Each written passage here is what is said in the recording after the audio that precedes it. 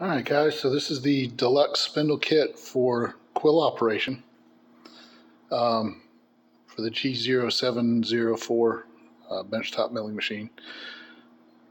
This is just like the CNC version. The only difference is this has a plate that allows for the quill to function, or the drawbar.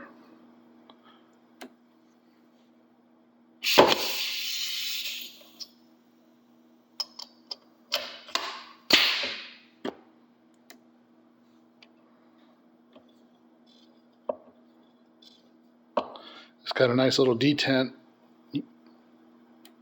Probably hear it click, so it'll stay in place there if you want.